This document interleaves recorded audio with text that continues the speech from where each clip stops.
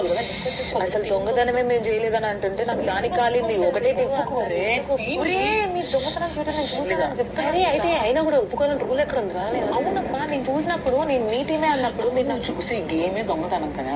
నేను ఇప్పుడు దొంగతనం చేయడం తప్పని నేను అనట్లేదు. నేను వచ్చి అడిగినప్పుడు అసలు నేను దొంగతనం చేసేది ఫస్ట్ ఒప్పుకున్నాను. దాని తర్వాత మళ్ళీ వచ్చి అడిగితే నేను దొంగతనం చేయలేదు, ఎవరు చేశారు దొంగతనం చేయలేదు. అదే కదా మరి అలానే ఉండాలి. నువ్వు ఉన్నప్పుడు నువ్వు అదే చేస్తాను, నువ్వు ఒప్పుకుంటావు వెంటనే ఒప్పుకో కదా. ఎవరు నేను చేశానా, నేను ఇవ్వను అని అంటాను.